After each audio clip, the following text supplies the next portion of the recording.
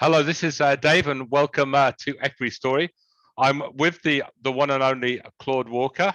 I think many of you already know here at Equity Story that Claude is now working with us, and he's basically the guy who started the Rich Life, and he's got a fantastic history actually. Claude, he's worked with Motley Fool and a number of the top companies in Australia, and a little bit unlike the wolf, where the story how we found the poor old wolf lost under a bridge.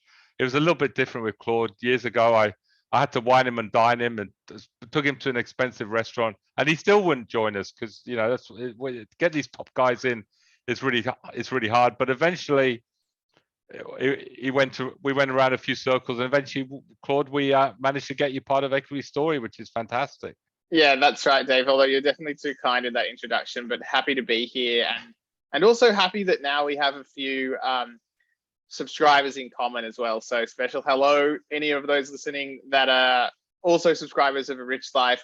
Please, as always, don't hesitate to send me an email. Tell me what you like, dislike, and what you want to see more of. Brilliant, thanks, Claude. And just obviously, this is just a general share advice and not personal advice.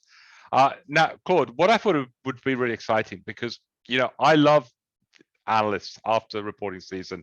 And I always have one of these favorite questions and say, you've looked at all the stocks, you've seen all these companies reporting.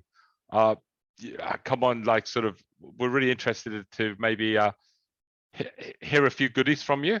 And before I do that, actually, I might just get the Rich Life up, because this is a Rich Life website. Absolutely fantastic website, and it's hard to get a member. You've got to become you log on, don't you? You go on a waiting list. Yeah. The quickest way is just to jump on the wait list, and then once every month or two we have a new intake, pretty much. And riffraff you don't allow in, because I've been on that waiting list for 3 years, Claude, well, and you haven't let me in. No, you haven't checked. See, the thing is, the trick is you have to make sure. Actually, we're trying to improve this. We have to make sure that you see the email when the invitation's open, because. Look, honestly, we offer a pro rata refund for any time, any reason, but that means we have to have intakes. So otherwise, somebody could just come in for one day, go out, and do it again. I understand, Claude, mate. Don't worry. You've got to keep the quality of the website up, and yeah, definitely. People like me keep them away. Joking aside, I haven't really. I think. We've got Trent's got a membership, which I think we've used. Yeah, now, so does Peter. I think you're the last person to ask for one, actually. You know what? Because I'm a chartist, I don't. It's not so. And I'd have to learn how to read anyway, so I don't want to do that. No, seriously. So it's a fantastic, a Rich Life, absolutely, and it's what I love about it. You've got lots of arts and culture. It attracts a lot more younger people, which we'd love to do here at Equity Story, because the young people are I think they just give it so much. It's interesting, the opinions of young people. They're the future. I think seeing what the young people are looking for in the tech world and fashion gives you good insight, doesn't it? What's going to happen? But let's get going. So, Claude, I'm going to put you on the spot here, because at the end of the day, we're in the money-making business, right? We keep saying that. You've seen some good stories report. Can you give us some stories that you really liked over the last month? Well, actually, I thought, as we discussed previously, the first one to talk about that I liked was LaserBond, LBL, which I own some shares in. And actually, prior to these earnings results, I was feeling a little bit concerned about the valuation. And I wouldn't have called it to be one that gapped up like that on its earnings release, but the market liked it. And I think the reason the market liked it was because LaserBond has had fairly flat earnings per share for, I think, sort of 3 years in a row. So that's 2 years of not much growth. And this year, they finally broke out of that and got some growth. So that's the simple reason you got to return to growth, and the market liked it. What do they do? Well, that's actually the question that you need to ask right now, because as I'm sure we'll discuss soon, the overall market isn't looking wonderful. The theory would be that Laser Bond is in a decent spot because what they do is they spray molten material on tools and heavy duty equipment to make it harder, to make it last longer. Not only that, but they can also have this fairly unique proprietary process that uses laser beams, not joking, to harden surface engineering. And for a lot of these industrial tools, you know, the kind of stuff you're seeing on the screen right now, because they're physical, big equipment, they wear out eventually. And they can be quite expensive to replace. So the economics actually make sense if you can extend the period of time that some of this heavy equipment lasts. And I think that that's even more true in an environment where time and time again, we're seeing that supply chains are blowing out. So I've lost count of how many companies reported something along the lines of demand is strong, but our supply is becoming more expensive and slower. So we've had to hold more inventory. So we've got great profits, but we don't have good cash flow because the cash flow is being invested into inventory or you know, what they need for the next step of growth. So I think that Laser Bond is in a good spot there. Basically, I look for companies that have certain heuristic features that help guide me as a small cap investor, which is, remember, a bit higher risk. And when you're in that small cap space, one of the things you look for is management teams that are aligned with shareholders and they have something a little bit more than money on the line. So we're lucky as Laser Bond shareholders to still have the involvement of sort of the founding family. One of the founders is still the CEO. Whilst it's true that his brother has retired not that long ago, who was also a founder, we still have the founding family sort of owning lots of shares. This is the Hooper family owning lots of shares in the business. So I feel like from my exchanges with the CEO, I believe he's honest and competent and earnestly trying to build a good quality business. And that's just a great starting point, because if you can reduce the risk that people aren't doing their best efforts for shareholders, you've reduced one of the risks that's hardest for the market to see and is most likely to blow up in your face with a sudden problem. So that's one reason why I'm happy to hold Laser Bond, even though it's a little bit above my valuation. It's not a buy for me right now. Nonetheless, the combined factors of good results that show an improvement any way you measure it, and the potential for them to continue to improve by selling their actual technology. So they have this technology licensing division, which is very slow because they need to install the technology in a new client's factory and teach them how to use it and all that. But once it turns on, once it brings in some money, it's all pretty high profit money. That's why they did better this year. And from what they're saying, you'd expect them to make a couple of technology sales next year, which should mean strong results next year. Well, in the macroeconomic setting, it shouldn't be too bad either. But obviously, who knows what will happen with that. And I agree. I mean, what a great business model in a time of like high inflation, everything's getting more expensive. You know, to make all these drill bits last longer, all this expensive industrial equipment, you know, make it more durable. I mean, what a fantastic product, really. It's sort of a product that you're always going to need, isn't it? Yeah, and not only that, is it's actually great to see that they developed a lot of this IP themselves.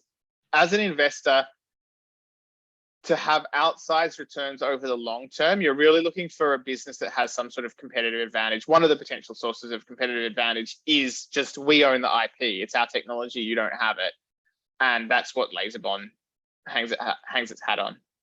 Absolutely brilliant. Absolutely fantastic, Claude. So, you know, what we suggest is it does look good on the charts at the moment. So if you're in that, we'd suggest holding it exactly as Claude said. And if it goes a little bit cheaper, well, this could be one for the future, definitely. Thank you very much for that, Claude. I absolutely love it. I don't know why we're taking you so long to get your genius on our show. So great. The chart's not too bad, is it? I've got a few tech stocks that are looking very sad compared to that. Yeah, definitely. It's some of those tech stocks got. Should we show everyone my worst stock? Oh, go on. Let's see your worst stock. The worst company I own, I reckon, in terms of how it's performed, is a company called RCW, Right Crowd. RCW. Let's have a look. There's worst stock, Right Crowd. This will make you feel better about your losers. Ooh, that hurt. Yeah, okay, but that's why once you've done the charting course, you realize you'd have sold that once it gone below 34. Yeah, look, some charting might have saved me then. I don't know. I did sell out some on the way down, but not enough. But tell me, I'm interested, and this business, Claude, we never stop learning, do we? I think sort of it's what sort of happened to this business, because you're a brilliant analyst. You haven't got many wrong in your whole history, and I certainly know with Motley Fool how I think they're still putting your recommendations out, getting members. But how did this one go wrong? So if you look on that chart, it's actually an interesting story. You can see it was having a good run for a bit then, and that's because it was getting great growth in selling. It's a presence control company, so it would have those little cards that companies use to track, who goes where in their offices. Often those office buildings, you have a little gate to get in, secure access, all that kind of thing. So they sell those kind of systems. And of course, at first, they sort of got hit along with everything in the pandemic, because also people stopped going to the office, so it stopped becoming a priority. Then suddenly they were doing really well because companies wanted to track who was going where in the office, for which they had a solution. And that's when I got on, unfortunately. And then it really blew up, essentially, because what happened was that, first of all, people no longer wanted to worry about where people were within the building and all that sort of stuff. So that use case, that was sort of a temporary pandemic-driven thing.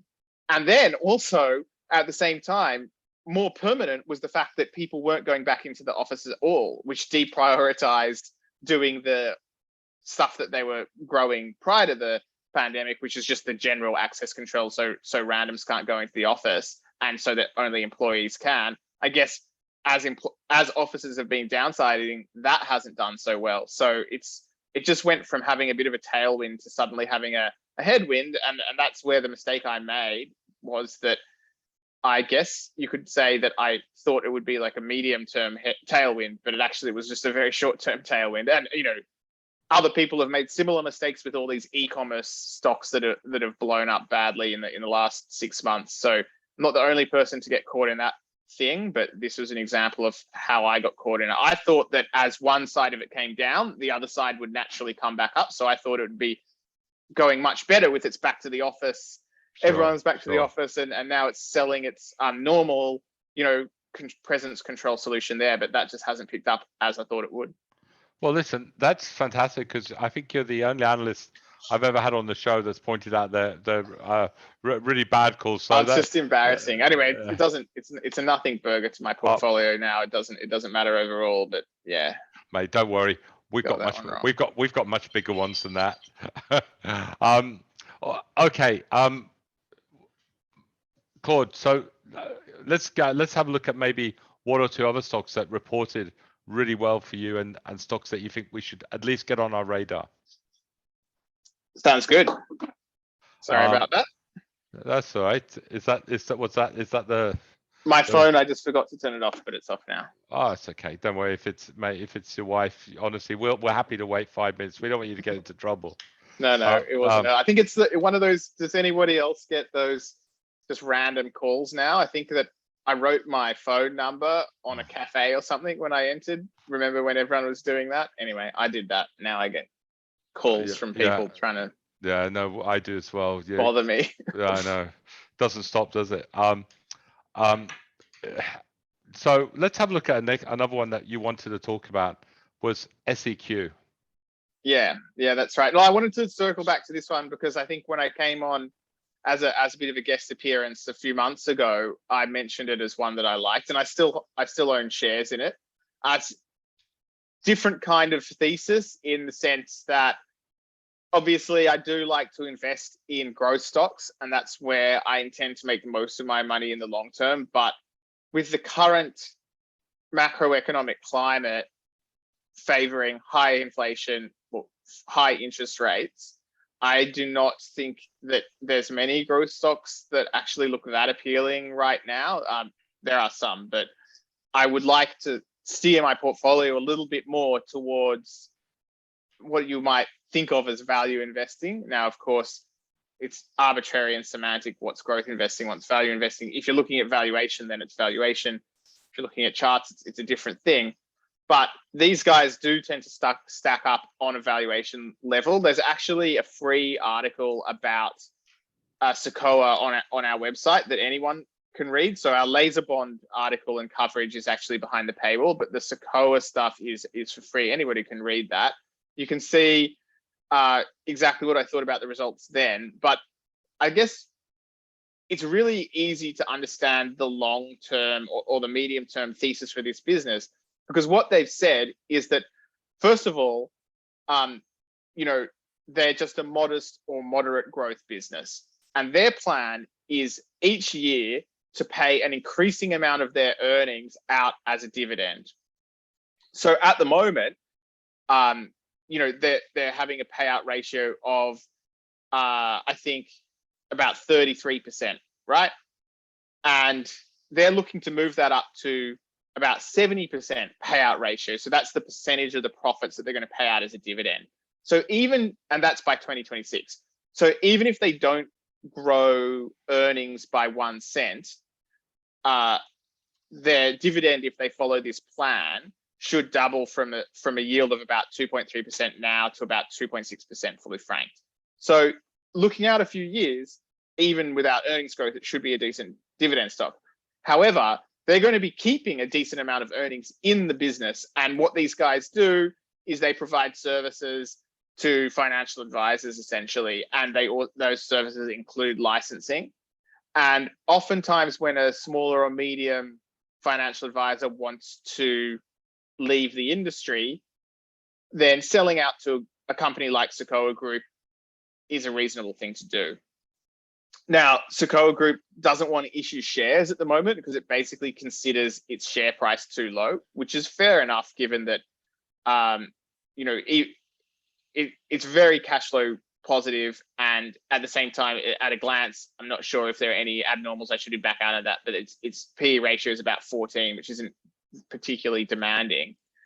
And so, yeah, like essentially this plan probably results in some earnings growth as well. So I'm projecting that if they even get close to doing what they're planning to do, then their dividend yield's going to be at current prices, well over 5% in a few years. So I own it as sort of a defensive dividend stock where I should get paid no matter what the share price does. And in fact, if the share price does go down, this company is planning to take advantage of that by buying back shares itself, which all else equal increases the earnings per share. So this is a very long way of saying, I think the earnings per share is going to go up. The dividend's going to go up in the next few years. This probably turns into a dividend stock. For those people that are that way inclined, it's my little future dividend stock right now that I quite like. And I suppose importantly for you, not only have you got a dividend, you've got some growth with the story. Yeah, exactly. So if they're buying back shares, that increases EPS. These guys are sensible about not diluting, so that's good. And also, like, if you look at the earnings write-up, you're going to see that the trend since 2019 is for all of their different business lines to increase. Now, that's partly by acquisition, partly organically. But even in the most recent results, in the most recent half, 3 out of 4 of their businesses were up, 1 was down. It's going to be a bit like that. It won't be smooth growth. It's a bit up and down. It's not, smooth recurring revenue, but it's somewhat recurring in nature because there's an ongoing need for their services. It's just the exact amount they make varies from half to half based on a few different factors relating to business conditions. Brilliant, and thank you for that, Claude. And there's a great article. It's all for free on A Rich Life on Claude's website. So I think a lot of members will love actually having a read of that, Claude, and absolutely perfect. Claude, we're just going to do, by the way, can I just say congratulations, because you had a fantastic pick with PTB, where we talked about that when you came on before, and it is one both you and the Wolf love this. And by the way, I can see your name there, the Ocelot. That's your nick. That's your the Ocelot. Yeah, I'd never heard of an ocelot, but just for members, that's what it looks like. And yeah, you look very like an ocelot. That's right. You guys are the canines. I'm just a little different. I'm a feline. But I don't know what that means, but I think we'll expand on that in future. I mean, I have a fluffy dog, if that makes any difference. I'm not really a cat person, but whatever. All right. So, but anyway, you do actually look like an ocelot. So, perfect. So, again, PTB Group. We talked about it when a few months ago, and again, good story and a very good takeover offer. Yeah, that's right. We mentioned it because I think that when we shared notes, we decided that we all liked this one.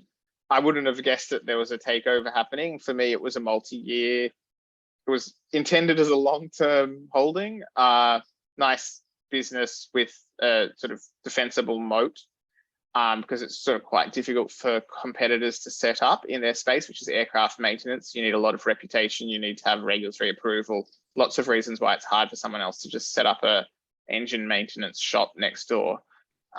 Look, we've seen a takeover offer. It's a bit of a pity because for a long-term investor like myself, what you really want is just to find these good quality moat businesses and hold them for 10 years. But I'll take the win in this market. It's, you tend to see in a bad market, people take advantage of it to buy good quality businesses. But yeah, look, I also wanted to mention it because I've held some of that stock for over a year now, and I've sold some of my shares in this company already now, since it's the takeover value from memory is about $1.63, give or take half a cent, I think. And so it's trading quite close to the takeover value, assuming it's going through. So you're not really going to give up that much by taking it off the table. And that's what I did with some of my shares. And with the rest, I may take it off in due course, or I may just hold it out to the completion of the takeover. But there's always that little risk that it doesn't go ahead. Yeah, there is that little risk. Is it worth it for a few percent? Yeah, well, that's what I was thinking. That's why I sold some.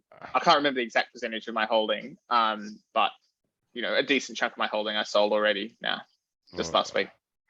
All right, absolutely. But thank you, and again, great. It's really great when we both like a stock, and what they say, two minds think alike. It's better, or whatever. Yeah, so I'm definitely, one of the things is when I come on with you, I'm hoping that that'll actually mean that sometimes I do let the chart help me a little bit more than I have historically. For me, I've been totally focused on the fundamentals and on the old DCF Claude, and that kind of thing. Well, I love the fact you know nothing about the charts, because I think it makes you so much better at doing what you do. I think as soon as you start looking at the dark arts, it sends you a little bit. Well, I like to I'm an information gatherer and a writer, so I'm trying to go through a lot of information and annual reports, what people say, all of these things, but actually apply a skeptical eye from it. And I feel like that's, based on the feedback I get, that's something that our readers value a lot, because a lot of financial coverage about companies, it can just be a little bit like repackaging the company's press release. And I think you can add value just by having a skeptical eye to that, have someone go over the financial statements with a little bit of a forensic attitude, and then sometimes you see things you wouldn't otherwise notice. Lastly but not least, because you've given us obviously two really exciting stories today to get on the watch list and have a look. This is a little bit of a contrarian. Look at that. That's painful. So I don't own this one, by the way, but I just think that the Janison is its name. It's a software company that does educational assessment software. So probably you've heard of the NAPLAN tests that I think it's year 10 kids do, maybe another year group as well. Yeah. Year 5, I don't know. I don't think year 5 and 3 maybe it is. I don't think I've ever had a kid that's got over the average on that one. It's the most, yeah, I don't think even I could do the NAPLAN, too hard. Well, teachers don't like it. It's years 3, 5, 7, and 9, right? And it's the standardized tests that they use, I guess, to measure school performance as much as anything. Some schools teach to the NAPLAN test, others don't really. It's probably not the fairest thing, whatever. Either way, it's a big government contract. Janison does the online education of that, and that transition has happened over a couple of years. And now this is another one. If you're interested in learning more about it, then you can definitely jump on the website, because we've got free results coverage of this one as well. Look, the long and the short of it is that I would have thought that this business does have a good long-term future, but the problem is that it just never seems to get that operating leverage. So when a software company grows, what is supposed to happen is that the additional revenue it's getting from software should drop to the bottom line, because they're kind of just reusing the software that they've already got and just repackaging it to a new customer. Now, the best software companies, there's no repackaging required. It's just ready to go. Everyone's like that. Janison's a little bit boutique in the sense that they tend to have big customers, you know, all New South Wales government schools or something like that. And then they have to have specific requirements for that customer, and they have to change their software to suit their needs and that sort of thing. So that is the downside of that. There was a bunch of hype about a similar sounding contract with PISA, which is an international school body, and I think a lot of people thought that they were going to, you know, go global.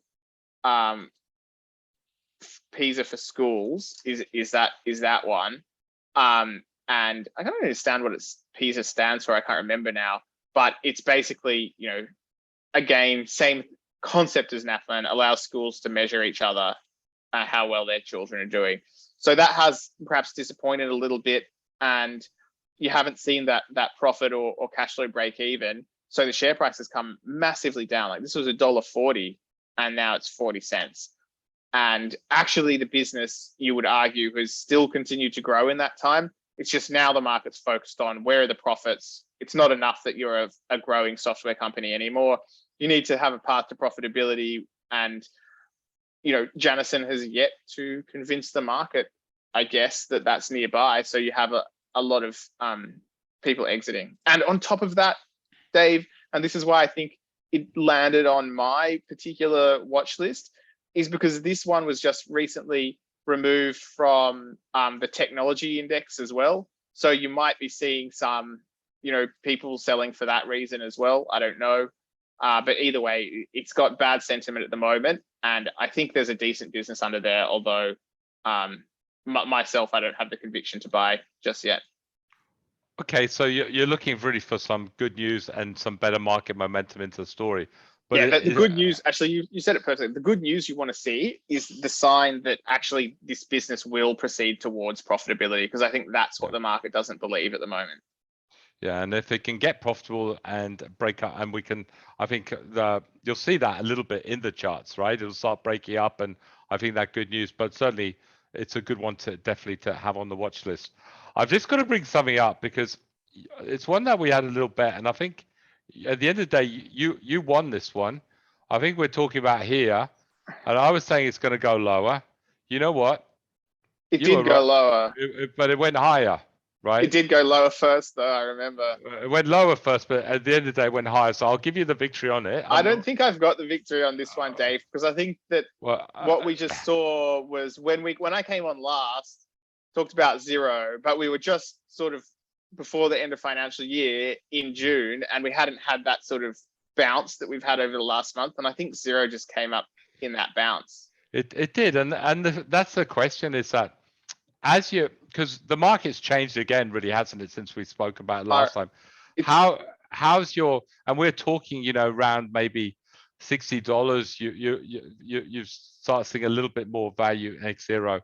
Has that now has that changed for you now? Are you getting a little bit more bearish? And it's just interesting to hear that you know, tech valuations could get even hit more and more and more than maybe what we were talking about 2 months ago.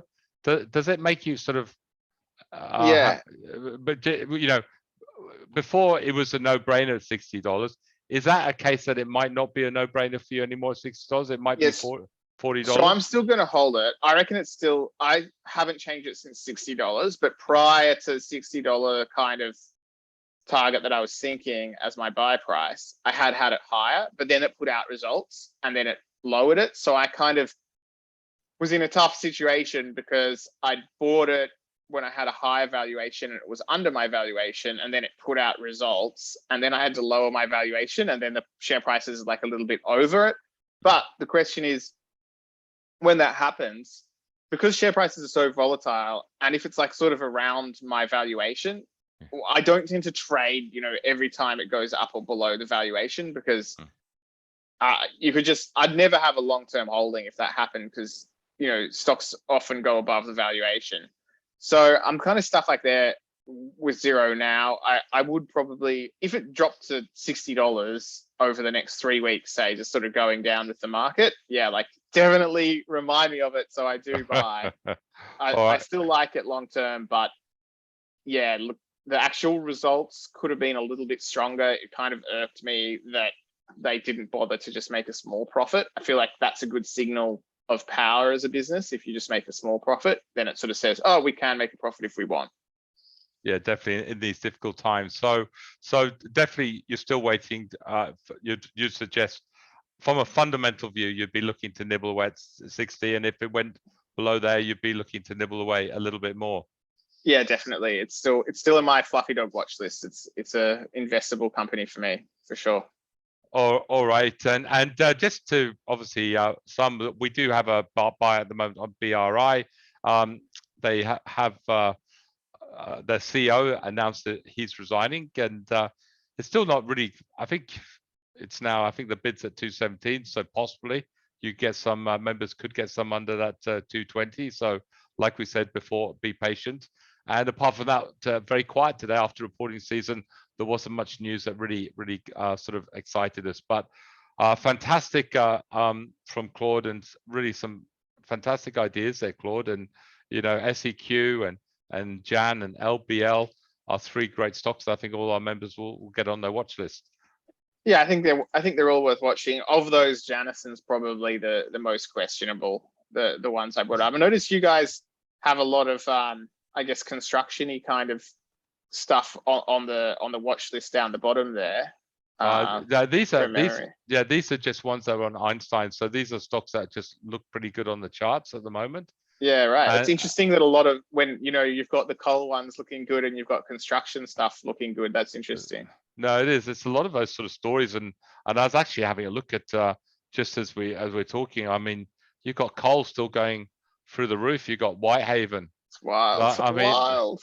Yeah, I mean, we actually was just saying it's just run so hard to start really taking a little bit off, and just shows the logic of always just lifting that stop loss. And look at New Hope going absolutely crazy. At the beginning of the year, like you could see the setup for coal. Unfortunately, I don't invest in coal. I had a million ideas in my head about how I could justify it to myself, because for most of the last 10 years, it's been pretty easy to not invest in mining companies. But right now, I don't own any mining companies just because I'm not an expert at mining, right?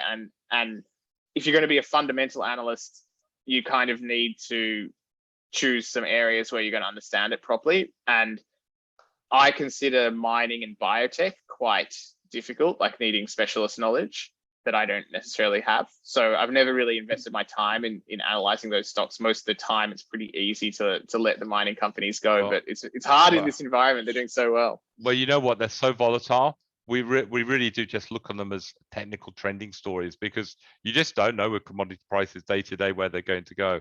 And I think you can see obviously iron ore at the moment starting to struggle, and like we sort of like some sort of iron ore stocks. That's right. You can see look at that gap down. For Fortescue just starting to look a little bit weak. I think Rio starting to look a little bit weak. So the China slowdown is maybe starting to bite a little bit here. So we'll see. Oh, you had that DGL one's fallen apart as well. Yeah, definitely. That's it.